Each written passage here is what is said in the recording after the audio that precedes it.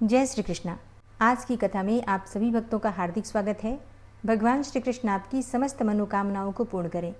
आज है 4 मई 2026 और दिन है सोमवार और आज आप सुनेंगे ज्येष्ठ मास की कथा का तीसरा अध्याय। कल का अध्याय सुनने के लिए आप सभी भक्तों का बहुत बहुत आभार। और अब भगवान श्री विष्णु का ध्यान करके आज की पावन कथा का प्रारंभ करते हैं। भगवान श्री विष्णु कहते हैं, हे राजन, कृकल वैश्य सब तीर्थों की यात्रा पूरी करके अपने साथियों के साथ बड़े आनंद से घर की ओर लौटे और वे सोच रहे थे कि मेरा इस संसार में जन्म लेना सफल हो गया, क्योंकि मेरे तो सारे ही पितर स्वर्ग को चले गए होंगे। वे इस प्रकार विचार कर ही रहे थे कि एक दिव्य रूपधारी विशालकाय पुरुष उनके पिता और पितामहों को प्रत्यक्ष रूप से बांधकर सामने प्रकट हुए और बोले, वैश्य, तुम्हारा पुण्य उत्तम नहीं है, तुम्हें तीर्थ यात्रा का फल नहीं मिला, तुमने तो व्यर्थ ही इतना परिश्रम किया। यह सुनकर कृकल वैश्य दुख से पीड़ित हो गए और उन्होंने पूछा कि आप कौन हैं जो ऐसी बातें कर रहे हैं, और मेरे पिता और पितामह बांधे क्यों गए हैं, मुझे तीर्थ यात्रा का फल क्यों नहीं मिला। तब धर्म ने कहा, जो धार्मिक आचार और उत्तम व्रत का पालन करने वाली, श्रेष्ठ गुणों से विभूषित, पुण्य में अनुराग रखने वाली तथा पुण्यमयी पतिव्रता पत्नी को अकेली छोड़कर धर्म करने के लिए बाहर जाता है, उसका किया हुआ सारा धर्म व्यर्थ हो जाता है। इसमें तनिक भी संदेह नहीं है।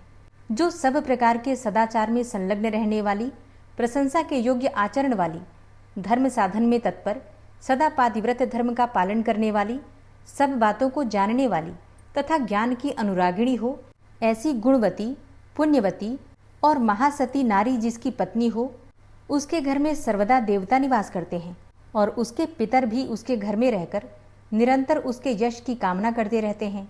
गंगा आदि पवित्र नदियाँ, सागर, यज्ञ, गौ, ऋषि तथा संपूर्ण तीर्थ भी उसके घर में मौजूद रहते हैं।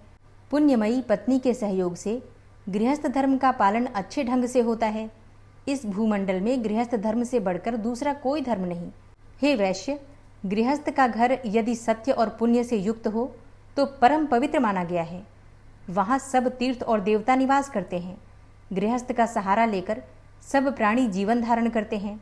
गृहस्थ आश्रम के समान दूसरा कोई उत्तम आश्रम मुझे दिखाई नहीं देता। जिसके घर में साध्वी स्त्री होती है, उसके वहाँ मंत्र, अग्निहोत्र, संपूर्ण देवता, सनातन धर्म तथा दान एवं आचार सब मौजूद रहते हैं। और इसी प्रकार जो पत्नी से रहित है, उसका घर जंगल के समान है। वहाँ किए हुए यज्ञ तथा भांति भांति के दान भी सिद्धिदायक नहीं होते। साध्वी पत्नी के समान कोई तीर्थ नहीं है, पत्नी के समान कोई सुख नहीं है तथा संसार से तारने के लिए और कल्याण साधन के लिए पत्नी के समान कोई पुण्य नहीं है। और जो अपनी धर्मपारायणा सती नारी को छोड़कर चला जाता है, वह मनुष्यों में अधम है। गृह धर्म का परित्याग करके तुम्हें धर्म का फल कहाँ मिलेगा। अपनी पत्नी को साथ लिए बिना जो तुमने तीर्थ में श्राद्ध और दान किया है, उसी दोष से तुम्हारे पूर्वज बांधे गए हैं। तुम चोर हो और तुम्हारे ये पितर भी चोर हैं, क्योंकि इन्होंने लोलुपतावश तुम्हारा दिया हुआ श्राद्ध का अन्न खाया है। तुमने श्राद्ध करते समय अपनी पत्नी को साथ नहीं रखा था। जो पुत्र श्रद्धा से युक्त होकर अपनी पत्नी के दिए हुए पिंड से श्राद्ध करता है, उससे पितरों को वैसी ही तृप्ति होती है जैसे कि अमृत पीने से। इसमें तनिक भी संदेह नहीं है। पत्नी ही गार्हस्थ धर्म की स्वामिनी है और उसके बिना ही जो तुमने शुभ कर्मों का अनुष्ठान किया है, यह स्पष्ट ही तुम्हारी चोरी है। जब पत्नी अपने हाथ से अन्न तैयार करके देती है तो वह अमृत के समान मधुर होता है और उसी अन्न को पितर प्रसन्न होकर ग्रहण करते हैं तथा उसी से उन्हें विशेष संतोष और तृप्ति होती है। अतः पत्नी के बिना जो धर्म किया जाता है वह निष्फल हो जाता है। कृकल ने पूछा, हे धर्म, अब मुझे कैसे सिद्धि प्राप्त होगी और किस प्रकार मेरे पितरों को बंधन से छुटकारा मिलेगा। तब धर्म ने कहा, हे महाभाग, अपने घर जाओ। तुम्हारी धर्मपरायणा पत्नी, पुण्यवती पत्नी शुक्ला तुम्हारे बिना बहुत दुखी हो गई थी।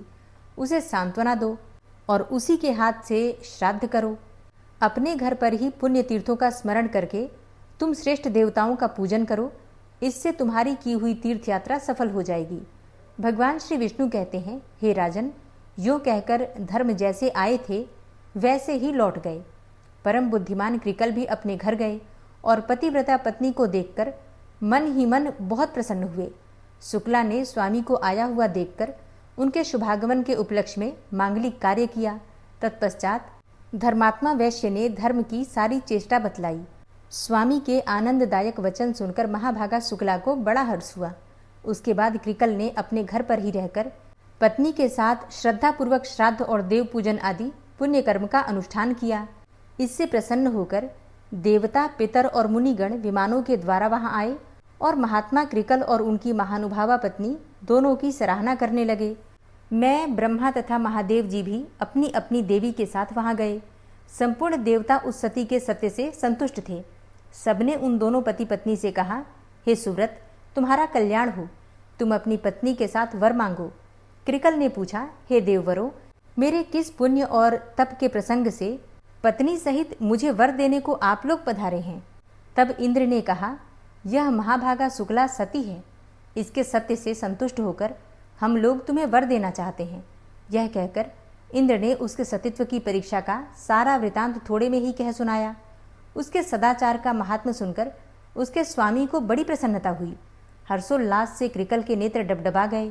धर्मात्मा वैश्य ने पत्नी के साथ समस्त देवताओं को बारंबार साष्टांग प्रणाम किया और कहा, हे महाभाग देवगण, आप सब लोग प्रसन्न हो। तीनों सनातन देवता ब्रह्मा, विष्णु तथा शिव हम पर संतुष्ट हों तथा अन्य जो पुण्यात्मा ऋषि मुझ पर कृपा करके यहाँ पधारे हैं वे भी प्रसन्नता प्राप्त करें। मैं सदा भगवान की भक्ति करता रहूं और आप लोगों की कृपा से धर्म और सत्य में मेरा निरंतर अनुराग बना रहे। तत्पश्चात अंत में पत्नी और पितर के साथ मैं भगवान श्री विष्णु के धाम में जाना चाहता हूँ। देवता बोले, हे महाभाग, एवमस्तु, यह सब कुछ तुम्हें प्राप्त होगा। भगवान श्री विष्णु ने कहा, हे राजन, यह कहकर देवताओं ने उन दोनों पति पत्नी के ऊपर फूलों की वर्षा की तथा ललित, मधुर और पवित्र संगीत सुनाया। वर देकर वे उस पतिव्रता की स्तुति करते हुए अपने अपने लोक को चले गए। इस परम उत्तम और पवित्र उपाख्यान को मैंने पूर्ण रूप से तुम्हें सुना दिया।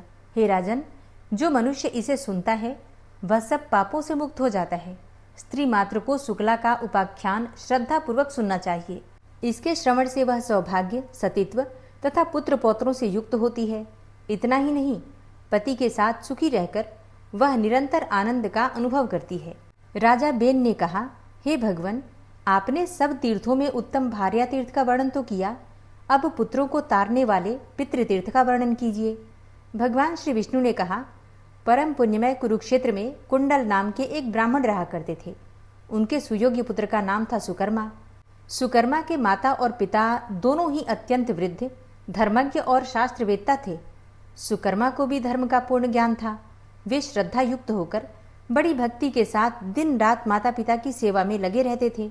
उन्होंने पिता से ही संपूर्ण वेद और अनेकों शास्त्रों का अध्ययन किया। वे पूर्ण रूप से सदाचार का पालन करने वाले, जितेंद्रिय और सत्यवादी थे। अपने ही हाथों माता पिता का शरीर दबाते, पैर धोते और उन्हें स्नान भोजन आदि कराते थे। हे राजेंद्र, सुकर्मा स्वभाव से ही भक्तिपूर्वक माता पिता की परिचर्या करते और सदा उन्हीं के ध्यान में लीन रहा करते थे। उन्हीं दिनों कश्यप कुल में एक उत्तम ब्राह्मण थे जो पिप्पल नाम से प्रसिद्ध थे। वे सदा ही धर्म कर्म में लगे रहते थे और इंद्रिय संयम, पवित्रता और मनोनिग्रह से संपन्न थे। एक समय की बात है, वे महामना बुद्धिमान ब्राह्मण दशारण्य में जाकर ज्ञान और शांति के साधन में तत्पर होकर तपस्या करने लगे। उनकी तपस्या के प्रभाव से आसपास के समस्त प्राणियों का पारस्परिक वैर विरोध शांत हो गया। वे सब वहां एक पेट से पैदा हुए भाइयों की तरह हिल मिलकर रहा करते थे। पिप्पल की तपस्या देखकर मुनियों तथा इंद्र आदि देवताओं को भी बड़ा विस्मय हुआ। देवता कहने लगे, अहो, इस ब्राह्मण की इतनी तीव्र तपस्या है, कैसा मनोनिग्रह है और कितना इंद्रिय संयम है। मन में विकार नहीं है, चित्त में उद्वेग नहीं, काम क्रोध से रहित होकर सर्दी, गर्मी और हवा का झोंका सहते हुए वे तपस्वी ब्राह्मण पर्वत की भांति अविचल भाव से स्थित रहे। ऐसी अवस्था में पहुंचकर उनका चित्त एकाग्र हो गया। वे ब्रह्म के ध्यान में तन्मय थे। उनका मुख कमल प्रसन्नता से खिल उठा था। वे पत्थर और काठ की भांति निश्चेष्ट एवं सुस्थिर दिखाई देते थे। धर्म में उनका अनुराग था। तप से शरीर दुर्बल हो गया था और हृदय में पूर्ण श्रद्धा थी। इस प्रकार उन बुद्धिमान ब्राह्मण को तपस्या करते 1000 वर्ष बीत गए। वहां बहुत सी चींटियों ने मिलकर मिट्टी का ढेर लगा दिया। उसके ऊपर बाम्बी का विशाल मंदिर सा बन गया और काले सांपों ने आकर उनके शरीर को लपेट लिया। भयंकर विष वाले सर्प उन उग्र तेजस्वी ब्राह्मण को डस लेते थे, किंतु जहर उनके शरीर पर गिर जाता था, उनकी त्वचा को भेद कर भीतर नहीं फैलने पाता था। उनके संपर्क में आकर सांप स्वयं भी शांत हो जाते थे। उनकी देह से नाना प्रकार की तेजोमयी लपटें निकलती हुई दिखाई देती थीं और पिप्पल तीनों काल तप में प्रवृत्त रहते थे। वे 3000 वर्षों तक केवल वायु पीकर रह गए। तब देवताओं ने उनके मस्तक पर फूलों की वर्षा की और कहा, हे महाभाग, तुम जिस जिस वस्तु को प्राप्त करना चाहते हो वह सब तुम्हें निश्चय ही प्राप्त होगी। तुम्हें समस्त अभिलषित पदार्थों को देने वाली सिद्धि स्वतः ही प्राप्त हो जाएगी। यह वाक्य सुनकर महामना पिप्पल ने भक्तिपूर्वक मस्तक झुकाकर समस्त देवताओं को प्रणाम किया और बड़े हर्ष में भरकर कहा, देवताओं, यह सारा जगत मेरे वश में हो जाए ऐसा वरदान दीजिए। मैं विद्याधर होना चाहता हूँ। तब देवताओं ने एवमस्तु कहा और उन ब्राह्मण को अभिष्ट वरदान दिया और अपने अपने स्थान को चले गए। हे राजेंद्र, तब से द्विज श्रेष्ठ पिप्पल विद्याधर का पद पा गए और इच्छानुसार विचरते हुए सर्वत्र सम्मानित होने लगे। एक दिन महातेजस्वी पिप्पल ने विचार किया, देवताओं ने मुझे वरदान दिया है कि संपूर्ण विश्व तुम्हारे वश में हो जाएगा, अतः उसकी परीक्षा करनी चाहिए। यह सोचकर वे उसे आजमाने को तैयार हुए। अब जिस जिस व्यक्ति का वे मन में चिंतन करते वही वही व्यक्ति उनके वश में हो जाता। इस प्रकार जब उन्हें देवताओं की बात पर विश्वास हो गया, तब वे अहंकार के वशीभूत होकर सोचने लगे कि मेरे समान श्रेष्ठ पुरुष इस संसार में दूसरा कोई नहीं है। पिप्पल जब इस प्रकार की भावना करने लगे, तब उनके मन का भाव जानकर एक सारस ने कहा, ब्राह्मण, तुम ऐसा अहंकार क्यों कर रहे हो कि मैं ही सबसे बड़ा हूँ? मैं तो ऐसा नहीं मानता कि सबको वश में करने की सिद्धि केवल तुम्ही को प्राप्त हुई है। पिप्पल, मेरी समझ में तुम्हारी बुद्धि मूढ़ है। तुम पराचीन तत्व को नहीं जानते। तुमने 3000 वर्षों तक तप किया है, इसी का तुम्हें गर्व है। फिर भी तुम यहाँ मूढ़ ही रह गए। कुंडल के जो सुकर्मा नामक पुत्र हैं, वे विद्वान पुरुष हैं, उनकी बुद्धि उत्तम है। वे अर्वाचीन तथा पराचीन तत्व को जानते हैं। पिप्पल, तुम कान खोलकर सुन लो। संसार में सुकर्मा के समान महाज्ञानी दूसरा कोई नहीं है। उन्होंने दान नहीं दिया, ध्यान, होम और यज्ञ आदि कर्म भी कभी नहीं किया, न तीर्थ करने गए, न गुरु की उपासना ही की है। वे केवल माता पिता के हितैषी हैं, वेदाध्ययन संपन्न हैं तथा संपूर्ण शास्त्रों के ज्ञाता हैं। यद्यपि सुकर्मा अभी बालक हैं, तो भी उन्हें जैसा ज्ञान प्राप्त है वैसा तुम्हें अब तक नहीं हुआ। ऐसी दशा में तुम व्यर्थ ही गर्व का बोझ ढो रहे हो। पिप्पल बोले, आप कौन हैं जो पक्षी के स्वरूप में आकर मेरी इस प्रकार से निंदा कर रहे हैं? इस समय मुझे अर्वाचीन और पराचीन का स्वरूप पूर्णतया समझाइए। सारस ने कहा, हे द्विजश्रेष्ठ, कुंडल के बालक पुत्र को जैसा ज्ञान प्राप्त है वैसा तुम में नहीं है। यहाँ से जाओ और अर्वाचीन एवं पराचीन का स्वरूप तथा मेरा परिचय भी उन्हीं से पूछो। वे धर्मात्मा हैं, तुम्हें सारा ज्ञान बतलाएंगे। सारस की यह बात सुनकर विप्रवर पिप्पल बड़े वेग से कुंडल के आश्रम की ओर गए और वहां पहुंचकर उन्होंने देखा सुकर्मा माता पिता की सेवा में लगे हैं। वे सत्य पराक्रमी महात्मा अपने माता पिता के चरणों के निकट बैठे थे। उनके भीतर बड़ी भक्ति थी। वे परम शांत और संपूर्ण ज्ञान की महान निधि जान पड़ते थे। कुंडल कुमार सुकर्मा ने जब पिप्पल को अपने द्वार पर आया हुआ देखा, तब वे आसन छोड़कर तुरंत खड़े हो गए और आगे बढ़कर उनका स्वागत किया। फिर उनको आसन, पाद्य और अर्घ्य आदि निवेदन करके पूछा, हे महाप्राज्ञ, आप कुशल से तो है ना? मार्ग में कोई कष्ट तो नहीं हुआ? जिस कारण से आपका यहाँ आगमन हुआ है वह सब मैं बताता हूँ। हे महाभाग, आपने 3000 वर्षों तक तपस्या करके देवताओं से वरदान प्राप्त किया, सबको वश में करने की शक्ति और इच्छानुसार गति पाई है। इससे उन्मत्त हो जाने के कारण आपके मन में गर्व हो आया। तब महात्मा सारस ने आपकी सारी चेष्टा देखकर आपको मेरा नाम बताया और मेरे उत्तम ज्ञान का परिचय दिया।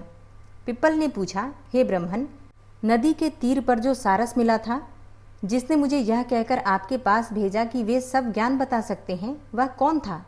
सुकर्मा ने कहा, हे विप्रवर, सरिता के तट पर जिन्होंने सारस के रूप में आपसे बात की थी, वे साक्षात महात्मा ब्रह्मा जी थे। यह सुनकर धर्मात्मा पिप्पल ने कहा, हे ब्रह्मन, मैंने सुना है कि सारा जगत आपके अधीन है। इस बात को देखने के लिए मेरे मन में उत्कंठा हो रही है। आप यत्न करके मुझे अपनी यह शक्ति दिखाइए। तब सुकर्मा ने पिप्पल को विश्वास दिलाने के लिए देवताओं का स्मरण किया और उनके आवाहन करने पर संपूर्ण देवता वहां आ गए और सुकर्मा से इस प्रकार बोले, हे ब्रह्मन, तुमने किस लिए हमें याद किया है, इसका कारण बताओ। सुकर्मा ने कहा, हे देवगण, विद्याधर पिप्पल आज मेरे अतिथि हुए हैं और वे इस बात का प्रमाण चाहते हैं कि संपूर्ण विश्व मेरे वश में कैसे है। इन्हें विश्वास दिलाने के लिए ही मैंने आप लोगों का आवाहन किया है। अब आप अपने अपने स्थान को पधारें। तब देवताओं ने कहा, हे ब्रह्मन, हमारा दर्शन निष्फल नहीं होता। तुम्हारा कल्याण हो, तुम्हारे मन को जो रुचिकर प्रतीत हो वही वरदान हमसे मांग लो। तब द्विजश्रेष्ठ सुकर्मा ने देवताओं को भक्तिपूर्वक प्रणाम करके यह वरदान मांगा, हे देवेश्वरों, माता पिता के चरणों में मेरी उत्तम भक्ति सदा सुस्थिर रहे तथा मेरे माता पिता भगवान श्री विष्णु के धाम में पधारें। देवता बोले, हे विप्रवर, तुम माता पिता के भक्त तो हो ही, तुम्हारी उत्तम भक्ति और भी बढ़े। यो कहकर संपूर्ण देवता स्वर्गलोक को चले गए और पिप्पल ने भी वह महान और अद्भुत कौतुक प्रत्यक्ष देखा। तत्पश्चात उन्होंने कुंडल पुत्र सुकर्मा से कहा, वक्ताओं में श्रेष्ठ परमात्मा का अर्वाचीन और पराचीन रूप कैसा होता है, दोनों का प्रभाव क्या है, यह बताइए। सुकर्मा ने कहा, हे ब्रह्मन, मैं पहले आपको पराचीन रूप की पहचान बताता हूँ। उसी से इंद्र आदि देवता तथा चराचर जगत मोहित होते हैं। ये जो जगत के स्वामी परमात्मा हैं, वे सब में मौजूद और सर्वव्यापक हैं। उनके रूप को किसी योगी ने भी नहीं देखा है। श्रुति भी ऐसा कहती है कि उनका वर्णन नहीं किया जा सकता। उनके न हाथ है, न पैर, न नाक है, न कान और न मुख ही है। फिर भी वे तीनों लोकों के निवासियों के सारे कर्म देखा करते हैं। कान न होने पर भी सबकी कही हुई बातों को सुनते हैं। वे परम शांति प्रदान करने वाले हैं। हाथ न होने पर भी काम करते और पैरों से रहित होकर भी सब ओर दौड़ते हैं। वे व्यापक, निर्मल, सिद्ध सिद्धिदायक और सबके नायक हैं। आकाश स्वरूप तथा अनंत हैं। व्यास तथा मार्कंडेय उनके स्वरूप को जानते हैं। अब मैं भगवान के अर्वाचीन रूप का वर्णन करूंगा, तुम एकाग्र चित्त होकर सुनो। जिस समय संपूर्ण भूतों के आत्मा प्रजापति ब्रह्मा जी स्वयं ही सबका संहार करके श्री भगवान के स्वरूप में स्थित होते हैं और भगवान श्री जनार्दन उन्हें अपने में लीन करके पानी के भीतर शेषनाग की सैया पर दीर्घ काल तक अकेले सोए रहते हैं, ये उस समय की बात है। महामुनि मार्कंडेय जी जल और अंधकार से व्याकुल होकर इधर उधर भटक रहे थे। उन्होंने देखा सर्वव्यापी ईश्वर शेषनाग की सैया पर सो रहे हैं। उनका तेज करोड़ों सूर्यों के समान जान पड़ता है। वे दिव्य आभूषण, दिव्य माला और दिव्य वस्त्र धारण किए योग निद्रा में स्थित हैं। उनका श्री विग्रह बड़ा ही कमनीय है। उनके हाथों में शंख, चक्र और गदा विराजमान है और उनके पास ही उन्होंने एक विशालकाय स्त्री देखी जो काली अंजन राशि के समान थी। उसका रूप बड़ा भयंकर था। उसने मुनिश्रेष्ठ मार्कंडेय से कहा, हे महामुने, डरो मत। तब उन योगीश्वर ने पूछा, हे देवी, तुम कौन हो? मुनि के इस प्रकार पूछने पर देवी ने बड़े आदर के साथ कहा, हे ब्रह्मन, जो शेषनाग की सैया पर सो रहे हैं वे भगवान श्री विष्णु हैं और मैं उनकी वैष्णवी शक्ति कालरात्रि हूँ। हे पिप्पल जी, यो कहकर वह देवी अंतर्ध्यान हो गई। उसके चले जाने पर मार्कंडेय जी ने देखा कि भगवान की नाभि से एक कमल प्रकट हुआ जिसकी कांति सुवर्ण के समान थी। उसी से महातेजस्वी लोक पितामह ब्रह्मा जी उत्पन्न हुए। फिर ब्रह्मा जी से समस्त चराचर प्राणी, इंद्र आदि लोकपाल तथा अग्नि आदि देवताओं का जन्म हुआ। इस प्रकार मैंने यह अर्वाचीन स्वरूप बतलाया है। अर्वाचीन रूप शरीरधारी है और पराचीन रूप शरीर रहित है। अतः ब्रह्मा आदि संपूर्ण देवता अर्वाचीन हैं। ये लोक भी जो तीनों भुवनों में स्थित है अर्वाचीन ही माने गए हैं। हे विद्याधर, मोक्ष रूप जो परम स्थान है जिसे पर ब्रह्म कहते हैं, जो अव्यक्त, अक्षर, हंस स्वरूप, शुद्ध और सिद्धि युक्त है, वही पराचीन है। इस प्रकार तुम्हारे सामने पराचीन स्वरूप का वर्णन किया गया। विद्याधर ने पूछा, हे सुव्रत, आप अर्वाचीन और पराचीन स्वरूप के विद्वान हैं। तीनों लोकों का उत्तम ज्ञान आप में वर्तमान है, फिर भी मैं आप में तपस्या की पराकाष्ठा नहीं देखता। ऐसी दशा में आपके इस प्रभाव का क्या कारण है? कैसे आपको इन सभी बातों का ज्ञान प्राप्त हुआ? सुकर्मा ने कहा, हे ब्रह्मन, मैंने यजन, याजन, धर्मानुष्ठान, ज्ञानोपार्जन और तीर्थ सेवन कुछ भी नहीं किया। इनके सिवा और भी किसी शुभ कर्म जनित पुण्य का अर्जन मेरे द्वारा नहीं हुआ। मैं तो स्पष्ट रूप से एक ही बात जानता हूँ, और वह है माता और पिता की सेवा और पूजा। हे पिप्पल, मैं स्वयं ही अपने हाथ से माता पिता के चरण धोने का पुण्य कार्य करता हूँ, उनके शरीर की सेवा करता तथा उन्हें स्नान और भोजन आदि कराता हूँ, और प्रतिदिन तीनों समय माता पिता की सेवा में ही लगा रहता हूँ। जब तक मेरे माँ बाप जीवित हैं तब तक मुझे यह अतुलनीय लाभ मिल रहा है कि तीनों समय मैं शुद्ध भाव से मन लगाकर इन दोनों की पूजा करता हूँ। हे पिप्पल, मुझे दूसरी तपस्या से क्या लेना है? तीर्थ यात्रा तथा अन्य पुण्य कर्मों से क्या प्रयोजन है? विद्वान पुरुष संपूर्ण यज्ञों का अनुष्ठान करके जिस फल को प्राप्त करते हैं वही मैंने माता पिता की सेवा से पा लिया है। जहाँ माता पिता रहते हों वहीं पुत्र के लिए गंगा, गया और पुष्कर तीर्थ हैं, इसमें तनिक भी संदेह नहीं है। माता पिता की सेवा से पुत्र के पास अन्यान्य पवित्र तीर्थ भी स्वयं ही पहुंच जाते हैं। जो पुत्र माता पिता के जीते जी उनकी सेवा करता है उसके ऊपर देवता तथा पुण्यात्मा महर्षि प्रसन्न होते हैं। पिता की सेवा से तीनों लोग संतुष्ट हो जाते हैं। जो पुत्र प्रतिदिन माता पिता के चरण पखारता है उसे नित्य प्रति गंगा स्नान का फल मिलता है। जिस पुत्र ने तांबुल, वस्त्र, खान पान की विविध सामग्री तथा पवित्र अन्न के द्वारा भक्तिपूर्वक माता पिता का पूजन किया है वह सर्वज्ञ होता है। हे द्विजश्रेष्ठ, माता पिता को स्नान कराते समय जब उनके शरीर के जल के छींटे उछटकर पुत्र के संपूर्ण अंगों पर पड़ते हैं उस समय उसे संपूर्ण तीर्थों में स्नान करने का फल प्राप्त होता है। यदि पिता पतित, भूख से व्याकुल, वृद्ध तथा सब कार्यों में असमर्थ, रोगी और कोढ़ी हो गए हों तथा माता की भी वही अवस्था हो, उस समय भी जो पुत्र उनकी सेवा करता है उस पर निस्संदेह भगवान श्री विष्णु प्रसन्न होते हैं। वह योगियों के लिए भी दुर्लभ भगवान श्री विष्णु के धाम को प्राप्त होता है। जो किसी अंग से हीन, दीन, वृद्ध, दुखी तथा महान रोग से पीड़ित माता पिता को त्याग देता है वह पापात्मा पुत्र कीड़ों से भरे हुए दारुण नरक में पड़ता है। जो पुत्र बूढ़े माँ बाप के बुलाने पर भी उनके पास नहीं जाता वह मूर्ख, विष्ठा खाने वाला कीड़ा होता है तथा 1000 जन्मों तक उसे कुत्ते की योनि में जन्म लेना पड़ता है। वृद्ध माता पिता जब घर में मौजूद हों उस समय जो पुत्र उनको भोजन कराए बिना स्वयं अन्न ग्रहण करता है वह घृणित कीड़ा होता है और 1000 जन्मों तक मलमूत्र का भोजन करता है। इसके सिवा वह पापी 300 जन्मों तक काला नाग होता है। जो पुत्र कटु वचनों द्वारा माता पिता की निंदा करता है वह पापी बाघ की योनि में जन्म लेता है तथा और भी बहुत दुख उठाता है। जो पापात्मा पुत्र माता पिता को प्रणाम नहीं करता वह 1000 युगों तक कुंभीपाक नरक में निवास करता है। पुत्र के लिए माता पिता से बढ़कर दूसरा कोई तीर्थ नहीं है। माता पिता इस लोक और परलोक में भी नारायण के समान हैं।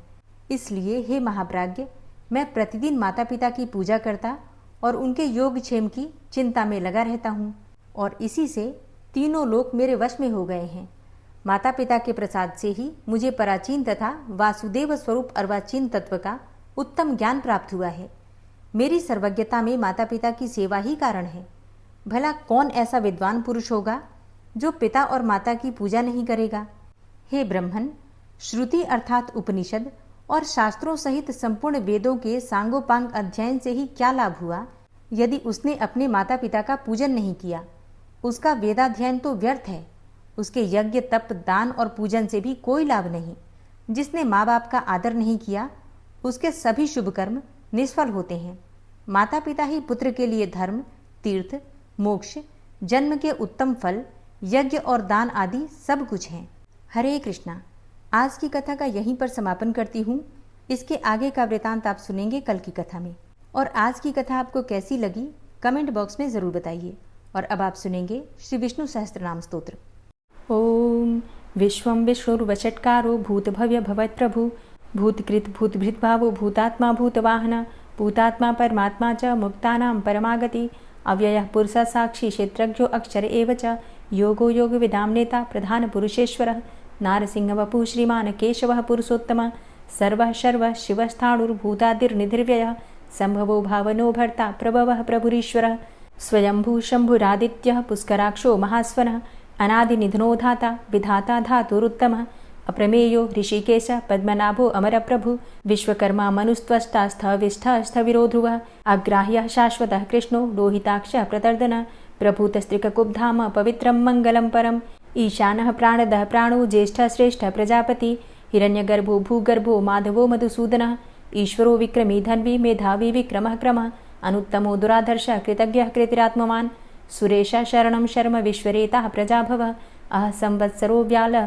प्रत्ययः सर्वदर्शनः अजः सर्वेश्वरः सिद्धः सिद्धे सर्वादिर्च्युतः वृषाकपिर्मेयात्मा सर्वयोगविनिश्रितः वसुर्वसुमनः सत्यः समात्मा संमितः समः अमोघ पुण्डरीकाक्षो वृषकर्मा वृषाकृतिः रुद्रो बहुशिरा बभ्रुर्विश्वयोनिः शुचिश्रवः अमृतः शाश्वतस्थाणुर्वरारोहो महातपः सर्वगः सर्वविद्भानुर्विश्वक्सेनो जनार्दनः वेदो वेदविद्व्यङ्गो वेदाङ्गो वेदवित्कविः लोकाध्यक्षः सुराध्यक्षो धर्माध्यक्षः कृताकृतः चतुरात्मा चतुर्व्यूहश्चतुर्द्रष्टश्चतुर्भुजः भ्राजिष्णुर्भोजनं भोक्ता सहिष्णुर्जगदाति च अनघो विजयोजेता विश्वयोनिः पुनर्वसु उपेन्द्रो वामनः प्रांशुर्मोघः शुचिरुर्जितः अतीन्द्रः सङ्ग्रहः सर्गो धृतात्मा नियमो यमः वेद्यो वैद्यः सदा योगी वीरः माधवो मधु अतीन्द्रियो महामायो महोत्साहो महाबलः महाबुद्धिर्महावीर्यो महाशक्तिर्महाद्युतिः अनिर्देश्य वपुः श्रीमान् मेयात्मा महाधृतिर् महिश्वासो महीभर्ता श्रीनिवासः सतां गति अनिरुद्ध सुरानन्दो गोविन्दो गोविन्दाम्पति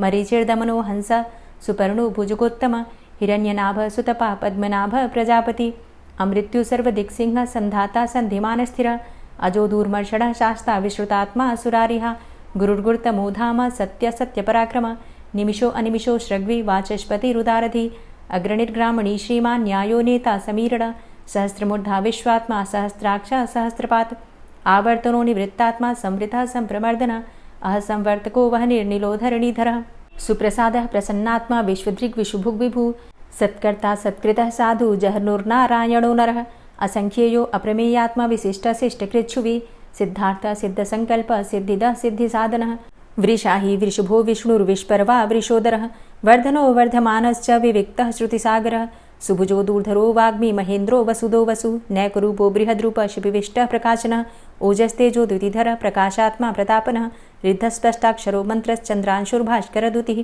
अमृतांशुद्भवो भानु शशबिन्दुः सुरेश्वरः औषधं जगतः सेतु सत्यधर्मपराक्रमः भूतभव्यभवन्नाथ पवनः पावनो नलः कामः कामकृत्कान्तः कामः कामप्रदः प्रभुः युगादिकृद्युगावर्तो नैकमायो महाशनः अदृश्योऽव्यक्तरूपश्च सहस्रजितनन्तजित् इष्टो अविशिष्ट शिष्टेष्ट शिखण्डी नहुसो वृष क्रोधः क्रोधकृत्कर्ता विश्वबाहुर्महीधरः अच्युतः प्रतितः प्राणदो वासवानुजः अपां निधिर्धिष्ठानं प्रमत्तः प्रतिष्ठितः स्कन्दः स्कन्दधरो धूर्यो वरदो वायुवाहनः वासुदेवो बृहद्भानुरादिदेवः पुरन्दरः अशोकस्तारणस्तारः शूरः सौरिर्जनेश्वरः अनुकूलः शतावर्त पद्मी पद्मनिभेक्षणः पद्मनाभो अरविन्दाक्ष पद्मगर्भ शरीरभृत् महर्धिरिद्धो वृद्धात्मा महाक्षो गरुडाध्वजः अतुलः शरभो भीमो समयज्ञो हविर्हरि सर्वलक्षणलक्षण्यो लक्ष्मीवान् समितिञ्जयः वीक्षरो रोहितो मार्गो हेतुर्दामोदरः सह महीधरो महाभागो वेगवान् मिताशनः उद्भवः शोभणो देवः श्रीगर्भः परमेश्वरः करणं कारणं कर्ता विकर्ता गहनो गुहः व्यवसायो व्यवस्थान संस्थान स्थानदो ध्रुवः परर्थी परमस्पस्तुष्टः पुष्टः सुभेक्षणः रामो विरामो विरजो मार्गो नेयो नयोनयः वीरः शक्तिमतां श्रेष्ठो धर्मो धर्मविदुत्तमः वैकुण्ठः पुरुषः प्राणः प्राणदः प्रणवः पृथु हिरण्यगर्भः शत्रुघ्नो व्याप्तो वायुरुधोक्षजः ऋतुः सुदर्शनः कालः परमेष्ठी परिग्रहः उग्रः संवत्सरो दक्षो विश्रामो विश्वदक्षिणः विस्तारः स्थावरस्थाणु प्रमाणं बीजमव्ययम् अर्थो अनर्थो महाकोशो महाभोगो महाधनः अनिर्विण्णः स्थविष्टोऽभू धर्मयुपो महामखः नक्षत्रनेमिर्नक्षत्री क्षमा क्षामः समीहनः यज्ञ इज्जो महिज्यश्च क्रतुसत्रं सतां गतिः सर्वदर्शी विमुक्तात्मा सर्वज्ञो ज्ञानमुत्तमं सुव्रतः सुमुखः सुष्मा सुघोषः सुखदः सुहृतः मनोहरो जित्क्रोधो वीरबाहुर्विदारणः स्वापनः स्ववसो व्यापी नैकात्मा नैककर्मकृत् वत्सरो वत्सलो वत्सी रत्नगर्भो धनेश्वरः धर्मगुप्त धर्मकृद्धर्मी सदसक्षरमक्षरम् अविज्ञाता सहस्रांशुर्विधाता कृतलक्षणः गभस्तिनेमिः सत्त्वस्थः सिंहो भूतमहेश्वरः आदिदेवो महादेवो देवेशो देवभृद्गुरुः उत्तरो गोपतिर्गोप्ता ज्ञानगम्यः पुरातनः शरीरभूतभृद्भोक्ता कपीन्द्रो भूरि दक्षिणः सोमभो अमृतपः सोमः पुरुजित पुरुषोत्तमः विनयोजयः सत्यसन्धो दाशाः सात्वताम्पतिः जीवो विनयिता साक्षी मुकुन्दो अमितविक्रमः अम्भो निद्रणन्तात्मा महोदधीशयोऽन्तकः अजो महारः स्वाभाव्यो जितामित्रः प्रमोदनः आनन्दो नन्दनो नन्दः सत्यधर्मा त्रिविक्रमः महर्षि कपिलाचार्यः कृतज्ञो मेदिनीपतिः त्रिपदस्त्रिदशाध्यक्षो महाशृङ्गः कृतान्तकृत् महावराहो गोविन्दः सुखेणः कनकाङ्गदी गुह्यो गभीरो गहनो गुप्तश्चक्रगदाधरः वेधा स्वाङ्गो अजितः कृष्णो दृढः सङ्कर्षणोच्युतः वरुणो वारुणो वृक्षः पुष्कराक्षो महामनाः भगवान् भगानन्दी वनमाली हलायुधः आदित्यो ज्योतिरादित्यः सहिष्णुर्गतिसत्तमः सुधन्वाखण्ड परशुर्दारुणो द्रविडप्रदः दिविस्त्रिक्सर्वदृग्व्यासो वाचस्पतिर्योनिजः त्रिसामासामगः साम निर्वाणं भेषजं संन्यासकृच्छमः शान्तो निष्ठा शान्तिः परायणं शुभाङ्गः शान्तिदस्रष्टा कुमुदः कुवलेशयः गोहितो गोपतिर्गोप्ता वृषभाक्षो वृषप्रियः अनिवर्ति निवृतात्मा संक्षेप्ता चेमकृच्छिवः श्रीवत्स्वक्षा श्रीवास श्रीपति श्रीमताम्बरः श्रीधर श्रीश श्रीनिवास श्रीनिधि श्रीविभावन श्रीधर श्रीकर श्रेय श्रीमान् लोकत्रयाश्रयः स्वक्ष स्वङ्ग शतानन्दो नन्दिर्ज्योतिर्गणेश्वरः विजितात्मा विधेयात्मा सत्कीर्तिश्छिन्न संशयः उदीर्णः सर्वतक्षशुर्निश शाश्वतस्थिरः भूषयो भूषणो भूतिर्विशोकः शोकनाशनः अर्चिष्मानर्चितः कुम्भो विशुद्धात्मा विशोधनः अनिरुद्धो अप्रतिरथ प्रद्युम्नो अमितविक्रमः कालिनेमि निहावीरः शौरी शूरजनेश्वरः त्रिलोकात्मा त्रिलोकेशः केशवः केशिहारी कामदेवः कामपालः कामीकान्तः कृतागमः अनिर्देशव पुर्विष्णोर्वीरो अनन्तो धनञ्जयः ब्रह्मण्यो ब्रह्मकृद्ब्रह्मा ब्रह्म ब्रह्म विवर्धनः ब्रह्मविद् ब्राह्मणे ब्रह्मी ब्रह्मज्ञो ब्राह्मणप्रियः महाक्रमो महाकर्मा महातेजा महोरगः महाक्रतुर्महायज्वा महायज्ञो महाहवि स्तव्यः स्तव प्रियः स्तोत्रं स्तुतिस्तोतारणप्रियः पूर्णः पुरैता पुण्यः पुण्यकीर्तिर्नामयः मनोजवस्तीर्थकरो वसुरेता वसुप्रदः वसुप्रदो वासुदेव वसुर्वसुमनाहवि सद्गतिः सत्कीर्तिः सत्ता सद्भूतिः सत्परायणः शूरसेनो यदुश्रेष्ठः सन्निवासः सुयामुनः भूतावासो वासुदेवः सर्वासु निलयोऽनलः दर्पः दर्पदो दृप्तो दूढरोथा पराजितः विश्वमूर्तिर्महामूर्तिर्दीप्तमूर्तिर्मूर्तिमान् अनेकमूर्तिरव्यक्तः शतमूर्तिः शताननः एको नैकः सवः किं यत्तत्पदमनुत्तमं लोकबन्धुर्लोकनाथो माधवो भक्तवत्सलः सुवर्णवर्णो हेमाङ्गो वराङ्गश्चन्दनाङ्गदी वीरः विषमः शून्यो घृताशीरचलश्चलः अमानीमानदोमान्यो लोकस्वामी त्रिलोकदृक् सुमेधा मेधजो धन्यः सत्यमेधाधराधरः तेजोवृषः द्वितिधरः सर्वशस्त्रभृताम्बरः प्रग्रहो निग्रहो व्यग्रो नैकशृङ्गो गदाग्रजः चतुर्मूर्तिश्चतुर्बाहुश्चतुर्व्यूहश्चतुर्गति चतुरात्मा चतुर्भावश्चतुर्वेदविदेकपात् समावर्तो अन्वृतात्मा दुर्जयो दुरतिक्रमः दुर्लभो दुर्गमो दुर्गो दुरावासो दुरारिहा शुभाङ्गो लोकसारङ्गः सुतन्तुस्तन्तुवर्धन इन्द्रकर्मा महाकर्मा कृतकर्मा कृतागमः उद्भवः सुन्दरः सुन्दो रत्ननाभः सुलोचनः अर्को वाजसनः शृङ्गी जयन्तः सर्वविजयी सुवर्णबिन्दुरक्षोभ्य सर्वभागीश्वरेश्वरः महाह्रदो महागर्तो महाभूतो महानिधि कुमुदः कुन्दरः कुन्दः पर्जन्यः पावनो नीलः अमृताशो अमृतवपुः सर्वज्ञः सर्वतोमुखः सुलभः सुव्रतः सिद्धः शत्रुजित् शत्रुतापनः न्यग्रोधोदुम्बरो अस्वस्थश्चाणुरान्ध्रनिषूदनः सहस्रार्चिः सप्तजिह्वः सप्तैधा सप्तवाहनः अमूर्तिरणघो अचिन्त्यो भयकृद्भयनाशनः अणुर्बृहत्कृशः स्थूलो गुणभृन्निर्गुणो महान् अधृतः स्वधृतः स्वास्य प्राग्वंशो वंशवर्धनः भारभृतिकथितो योगी योगी स सर्वकामदः आश्रमश्रमण क्षाम सुपर्णो वायुवाहन धनुर्धरोर्धनुर्वेदो दण्डोदमयितादमः अपराजितः सर्वसहो नियन्ता नियमो यमः सत्त्ववान् सात्विकः सत्यः सत्यधर्मपरायणः अभिप्रायः प्रियार्होरः प्रियकृत्प्रीतिवर्धनः विहाय सगतिर्ज्योति सुरुचिर्हुद्भुग्विभु रविर्विलोचनः सूर्य सविता रविलोचनः अनन्तो हुद्भुग्भोक्ता सुखदो नैकजोग्रजः अनिर्विण्णः सदामर्षि लोकाधिष्ठानमद्भुतः सनात सनातन्तमः कपिलः कपिरप्ययः स्वस्तिदः स्वस्तिकृत् स्वस्ति स्वस्तिभुक् स्वस्ति दक्षिणः रौद्रः कुण्डली चक्रे विक्रमयुर्जितशासनः शब्दातिगः शब्दशः शिशिरः शर्वरीकरः अक्रूरः पेशलो दक्षो दक्षिणः क्षमिणाम्बरः विद्वतमो वितभय पुण्यश्रवणकीर्तनः उत्तारणो दुष्कृतिः पुण्यो दुःस्वप्ननाशनः वीरः रक्षणः सन्तो जीवनः पर्यवस्थितः अनन्तरूपो अनन्तसृर्जितमन्युर्भयापः चतुरष्ट्रो गभीरात्मा विदिशो व्यादिशो दिश अनादिर्भूर्भुवो लक्ष्मीः सुवीरो रुचिराङ्गदः जननो जन्मादिर्भीमो भीमपराक्रमः आधारनीलयोधाता पुष्पहासः प्रजागर ऊर्ध्वगः सत्पथाचारः प्राणदः प्रणवापण प्रमाणं प्राणनीलयः प्राणभृत् प्राणजीवनः तत्त्वं तत्त्वविदेकात्मा जन्ममृत्यु जरातिगः पूर्वः स्वस्तरुस्तारः सविता प्रपितामहः यज्ञो यज्ञपतिर्यज्वा यज्ञाङ्गो यज्ञवाहनः यज्ञभृद्यज्ञकृद्यज्ञ यज्ञभुग्यज्ञसाधन यज्ञान्तिकृद्यज्ञ गुह्यमन्यमन्नादेव च आत्मयोनिः स्वयं जातो वैखानः सामगायन देवकीनन्दनः स्रष्टा क्षितिसः पापनाशनः शङ्खभृन्नन्दकी चक्री शारङ्गधन्वा गदाधरः रथाङ्गपाणिरक्षोभ्य सर्वप्रहरणायुध ओम नमः इति। और अब आप सुनेंगे श्री तुलसी चालीसा। श्री तुलसी महारानी करु विनय सिरनाय, जो मम हो संकट विकट दीजे मात नशाय। नमो नमो तुलसी महारानी, महिमा अमित न जाए बखानी। दियो विष्णु तुमको सन्माना, जग में छायो सुयस महाना। विष्णु प्रिया जय जयति भवानी, तिहु लोक की हो सुख खानी। भगवत पूजा करे जो कोई, बिना तुम्हारे सफल न होई। जिन घर तव नहीं होय निवासा, उस घर कर ही विष्णु नहीं बासा। करें सदा जो तव नित सुमिरन, तेहि के काज होय सब पूरन। कार्तिक मास महात्म तुम्हारा, ताको जानत सब संसारा। तव पूजन जो करे कुंवारी, पावे सुंदर वर सुकुमारी। करे जो पूजा नित प्रति नारी, सुख संपत्ति से होय सुखारी। वृद्धा नारी करे जो पूजन, मिले भक्ति होवे पुलकित मन। श्रद्धा से पूजे जो कोई, भवनिधि से तर जावे सोई। कथा भागवत यज्ञ करावे, तुम बिन नहीं सफलता पावे। छायो तब प्रताप जग भारी, ध्यावत तुम्हीं सकल चित धारी। तुम्ही मात यंत्रन तंत्रन में, सकल काज सिद्धि होवे क्षण में। औषधि रूप आप हो माता, सब जग में तव यश विख्याता।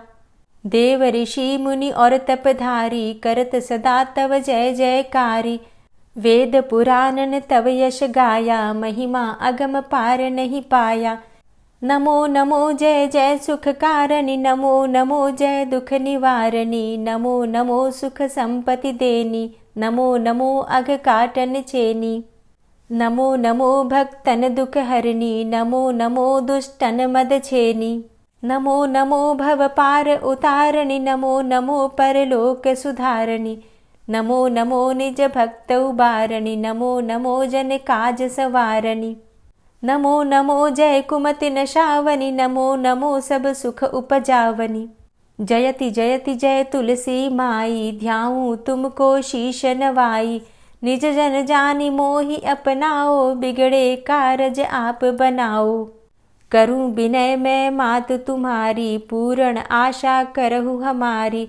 शरण चरण कर जोरी मनाऊं, निश दिन तेरे ही गुण गाऊं।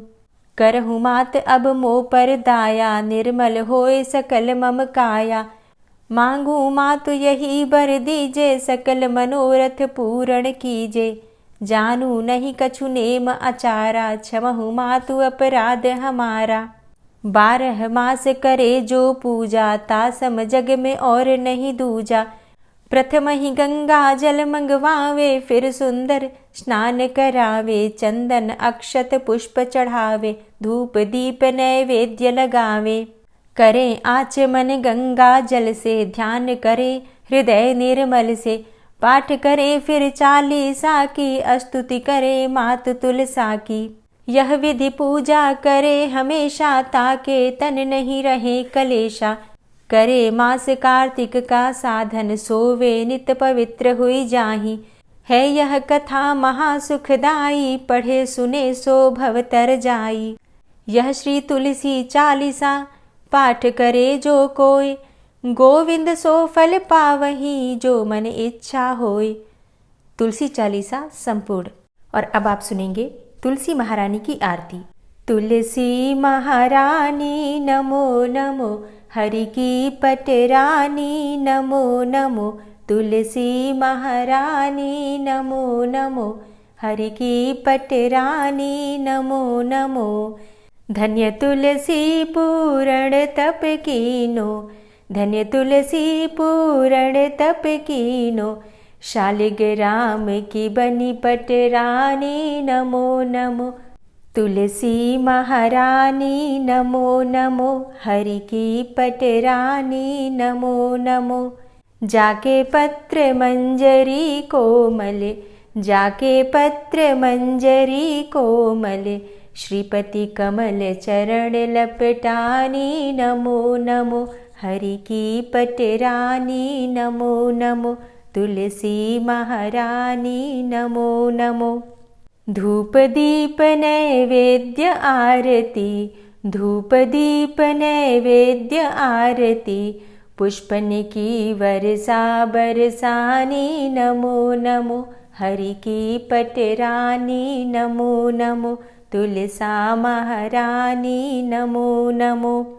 56 भोग 36 व्यंजन, 56 भोग 36 व्यंजन, बिन तुलसा हरि एक न मानी नमो नमो।